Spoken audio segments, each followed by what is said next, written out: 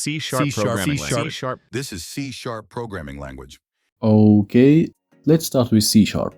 C# was originally called COOL, which stood for C-like object-oriented language. While Microsoft wanted to keep this name, it was already trademarked. C#'s sharp symbol in music means one semitone higher. It also resembles four plus symbols combined together, meaning improvement to C++. When are we gonna get C with 8 pluses though? In 1994, the creator of Java, James Gosling, referred C# as a copy of Java, with some features removed. However, 6 years later, Anders Hejlsberg, creator of C#, said that C# is much closer to C++ in design than being a Java clone.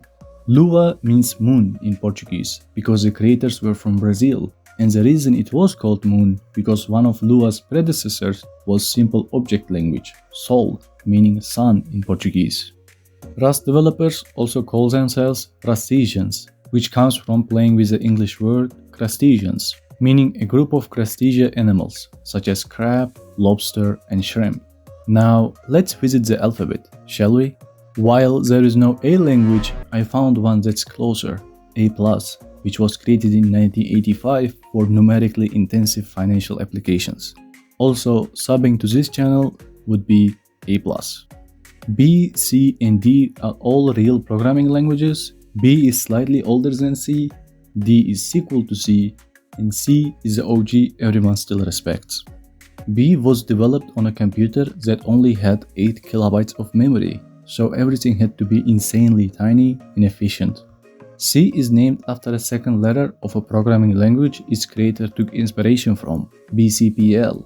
The reason it is the second letter because B language already exists. D was made because Walter Bright, the creator, thought C++ became way too complicated. D was initially called Mars in its early internal versions, before the public release. TypeScript was made by the same guy who created C#, Anders Hejlsberg.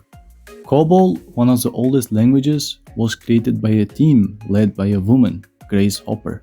Speaking of old languages, Margaret Hamilton's code literally saved NASA's Apollo 11 mission and made the moon landing possible.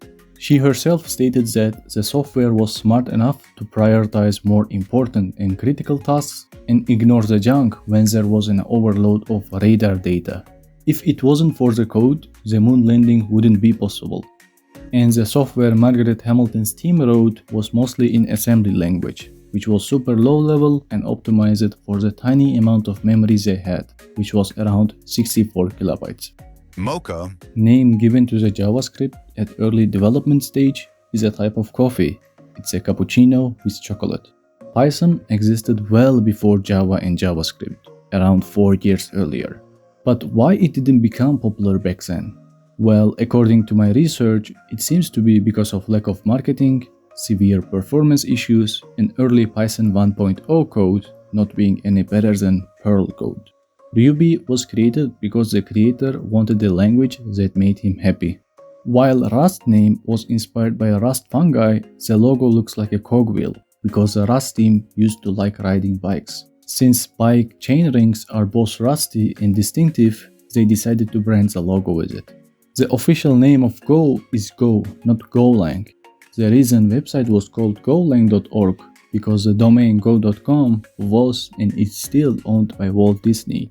And as of checking now, the Go's official website is now called go.dev, so not to confuse people. Is this pronounced as SQL or SQL? I guess we will never know.